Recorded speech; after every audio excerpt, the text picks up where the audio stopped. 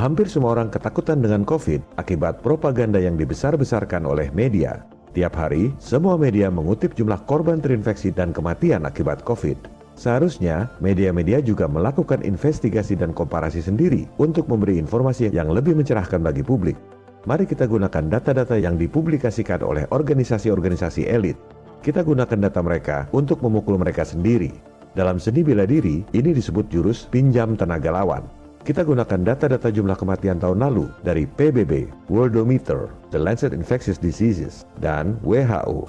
Jumlah kematian orang sedunia tahun lalu, proporsi 131 hari dari 1 Januari sampai dengan 10 Mei, hampir 21 juta orang yang mati. Jumlah kematian akibat kanker tahun lalu, pada periode yang sama, 3 juta orang. Kematian akibat HIV atau AIDS, 616.000 orang. Akibat diare, 586.000 orang. Akibat TBC, 530.000 orang. Akibat malaria, 359.000 orang. Akibat COVID-19 disebut 280.000 orang. Artinya, dari 100 orang yang mati di seluruh dunia, cuma 1 orang yang mati karena katanya terinfeksi COVID. Itu pun hasil tesnya 80% meleset. Bukan karena PCR-nya, tapi karena nggak ada acuan ilmiah yang disebut gold standard.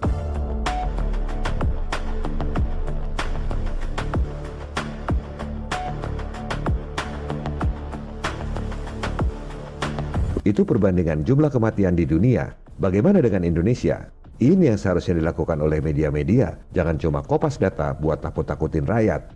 Kita gunakan data dari PBB dan International Vaccine Access Center. Kita juga gunakan data-data nasional dari Kapolri, BPS, dan Kementerian Kesehatan. Jumlah kematian di Indonesia tahun lalu, proporsi 131 hari dari 1 Januari sampai 10 Mei, 632.000 orang mati.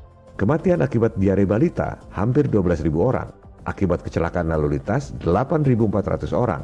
Akibat HIV atau AIDS 1.600 orang. Berapa jumlah kematian yang katanya karena COVID? 959 orang.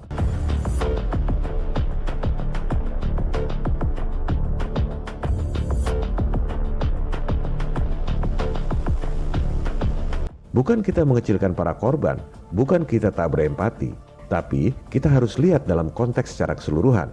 Banyak yang nanya, di rumah sakit kenapa banyak yang mati? Loh, kok cuma nanya yang 0,2%? Kenapa nggak nanya yang 99,8%? Matinya karena apa? Jumlah orang yang mati karena kecelakaan lalu lintas hampir 9 kali lipat dari yang mati karena COVID. Kenapa nggak tutup aja sekalian semua jalan raya karena banyak yang mati? Emangnya kecelakaan lalu lintas nggak bahayakan orang lain? Kenapa bukan mobil-mobilnya aja yang disuruh social distancing supaya nggak ada tabrakan? Jumlah 959 orang itu pun tak ada satupun yang virusnya dimurnikan dan diperiksa. Karena memang begitu acuan dari WHO. You know, the test is not testing for a virus and it's not testing for an exosome. It's testing for a specific genetic sequence. And we don't really know where that genetic sequence comes from, so we don't really know what the test is testing for.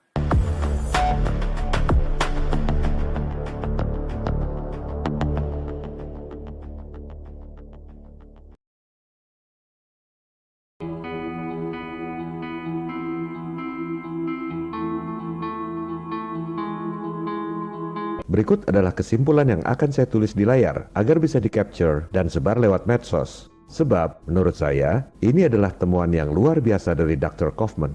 Kita bisa selesai dari masalah COVID saat ini juga kalau kita mau mencoba untuk memahaminya.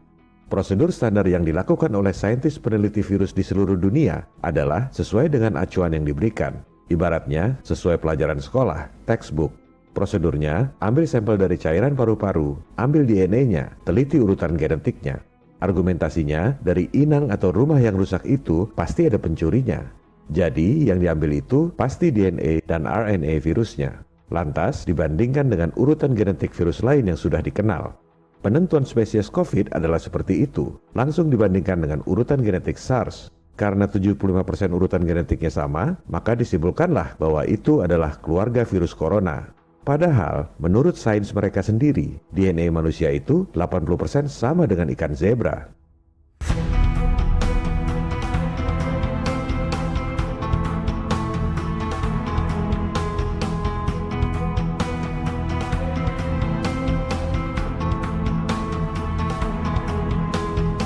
Yang disampaikan oleh Dr. Kaufman adalah sampel itu ibarat tong sampah yang isinya banyak. Kalau virusnya nggak dimurnikan dulu, gimana kita tahu bahwa yang diambil itu DNA dan RNA virus? Yang diambil justru DNA eksosom, karena baik ukuran, berat, dan bentuknya sangat mirip dengan virus. Dampak dari penelitian tanpa dimurnikan dulu virusnya adalah, virusnya malah jadi tidak teridentifikasi, acuan tes pasti meleset, jumlah korban seolah menjadi banyak, dan vaksin juga salah sasaran. Mau matikan virus, yang dimatikan malah eksosomnya yang sedang membantu mematikan racun. Ini sebenarnya bukan cuma acuan buat COVID, tapi sudah dilakukan sejak tahun 2003. Bahkan, penelitian virus SARS dan MERS juga prosedurnya seperti itu. Coba Anda cek, SARS dan MERS sampai sekarang nggak ada vaksinnya. Cuman nggak dipublikasikan aja. Yang dipublikasikan sehingga terkesan mengerikan adalah HIV. Nggak ada vaksinnya, karena virusnya katanya bermutasi terus. Ada virus yang seperti X-Men terus bermutasi. Tentu sangat mengerikan.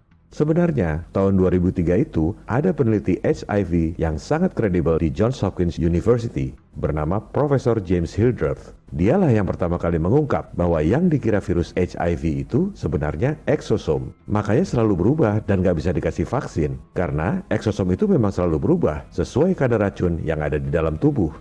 Ini juga bisa terjadi pada COVID.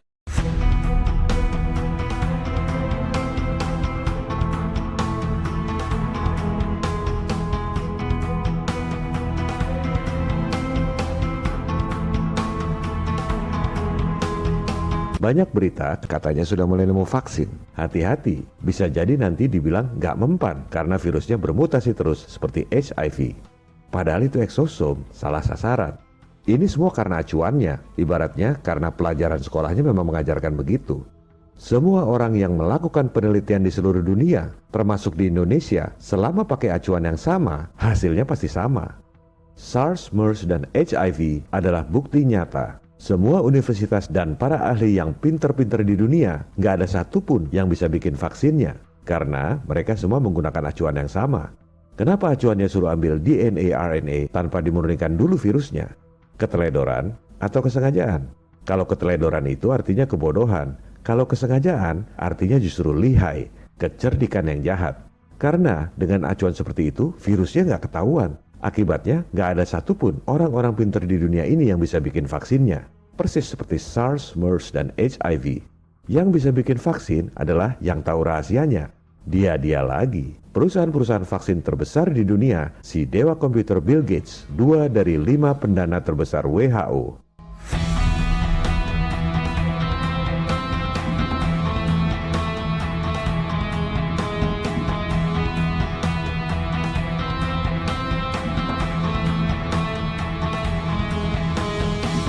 Semua orang yang ngerti software pasti tahu bahwa di dunia komputer itu yang bikin virus adalah perusahaan antivirus. Virus komputer kan bukan makhluk hidup, tapi selalu ada virus baru, supaya yang sudah beli antivirus pun harus selalu beli update yang terbaru. Soal kesalahan acuan prosedur ini sebenarnya banyak yang tahu di Amerika, tapi siapa yang berani ngomong? Jadi kuncinya bukan pendapat dokter, tapi dokter mana yang berani melawan WHO. Interview Dr. Kaufman ini panjang, sekitar 2 jam. Masih bisa Anda saksikan di londonreal.tv. Materinya menjadi sangat bermutu karena hostnya juga orang pinter. Brian Rose, mantan jagoan Wall Street, alumni MIT, sama-sama Dr. Kaufman. Jadi, interviewnya sangat fruitful. Mereka juga bahas bagaimana Dr. Kaufman diperingati oleh rekan-rekannya sesama dokter. Para dokter itu tahu sama tahu tentang kesalahan prosedur penelitian virus, tapi nggak ada yang berani ngomong. Dr. Kaufman cerita, para dokter itu kan punya keluarga, punya anak, punya kredit bank yang harus dilunasi. Mereka sebenarnya tahu sama tahu, tapi terganggu dengan Dr. Kaufman yang terlalu vokal, outspoken istilahnya. Dr. Kaufman ini bukan cerita masalah yang bikin orang takut. Sebaliknya, dia justru kasih solusi. Ini solusinya. Sebenarnya itu nggak berlawanan dengan acuan WHO, malah nambah prosedur, murnikan dulu virusnya. Kalau ini dilakukan, mungkin bukan cuma COVID yang ketemu vaksinnya. Bisa jadi virus-virus lama yang nggak ada vaksinnya itu, SARS, MERS, dan HIV, jadi ketemu vaksinnya.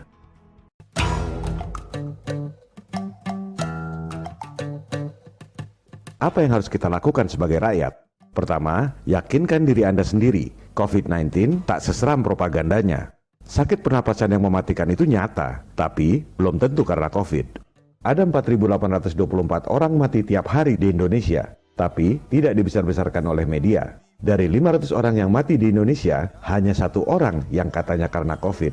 Itu pun berdasarkan alat tes yang kambing dan pepaya pun terinfeksi COVID. Dasar ilmiah keberadaan COVID adalah 75% urutan genetiknya sama dengan SARS. Padahal ikan zebra DNA-nya 80% sama dengan manusia. Kita digiring oleh propaganda ketakutan, lockdown, jebakan Nekolim. Hong Kong tidak lockdown, jumlah kematian cuma 4 orang, cukup social distancing. Solusi konkret untuk menurunkan jumlah korban COVID adalah alat tes yang akurat. Caranya, murnikan dulu virusnya, baru kemudian dipetakan. Dari 160.000 dokter di Indonesia, sebenarnya cukup dikerjakan oleh 10 orang saja. Yang penting action, tak perlu debat publik. Ketiga, sebarkan informasi. Share lewat WA, tele, medsos, dan lain-lain. Keempat, aksi people power. Tunjukkan kepada penguasa elit, termasuk penguasa YouTube yang jumlahnya sedikit itu, tak akan bisa melawan kita, rakyat yang jumlahnya banyak. Download video ini sekarang, re-upload di channel Anda atau channel lain sebelum di take down. Jadi, kalau video ini di take down, masih ada ribuan channel lainnya. Kalau saya mati, masih ada jutaan people power lainnya. This is John Connor. If you're listening to this, you are the resistance. Stay safe. Salam people power. Bongkar. Bongkar.